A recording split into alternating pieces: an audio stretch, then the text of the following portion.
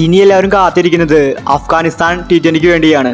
നാളെ കഴിഞ്ഞ് മറ്റന്നാളാണ് ആദ്യ T20. രാത്രി 7 മണിക്കാണ് മത്സരം ആരംഭിക്കുന്നത്. ഇപ്പോഴത്തെ ഇന്ത്യ പ്രാക്ടീസ് മാച്ച് കളിച്ചിരിക്കുകയാണ്.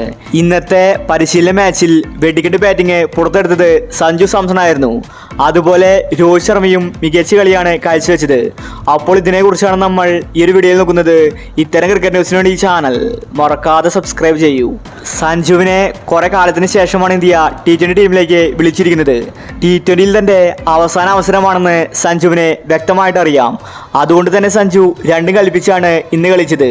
മികച്ച ബാറ്റിംഗ് ആണ് സഞ്ജു പുറത്തെടുത്തത്. സാധാരണ സഞ്ജു മെല്ലെയാണ് കളിക്കാറ്.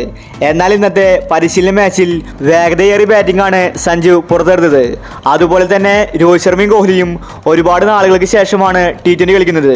2022 T20 വേൾഡ് കപ്പിന് ശേഷം ഒരു T20 പോലും ഇവർ കളിച്ചിട്ടില്ല.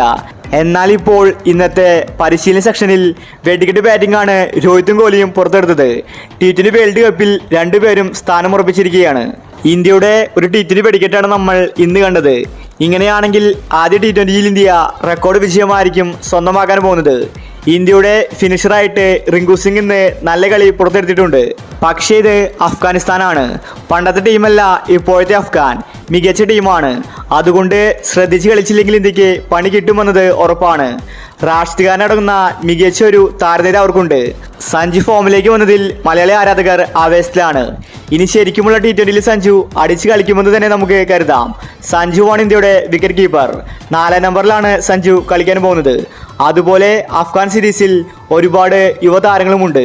ഇന്ത്യക്ക് ഇനി ബാറ്റിങ്ങിൽ ഒന്നും തന്നെ പേടിക്കാനില്ല. ഇനി ഇന്ത്യക്ക് പണി കിട്ടാൻ പോകുന്നത് ചിലപ്പോൾ ബൗളിങ്ങിലായിരിക്കും. എന്തായാലും നമുക്ക് ആദ്യത്തെ T20ക്ക് വേണ്ടി കാത്തിരിക്കാം. സഞ്ജുവിന്റെ ഒരു വെടിക്കെട്ട് നമുക്ക് പ്രതീക്ഷിക്കാം. ഇത്തരം ക്രിക്കറ്റ് ന്യൂസിന് വേണ്ടി ഈ ചാനൽ മറക്കാതെ സബ്സ്ക്രൈബ് ചെയ്യൂ.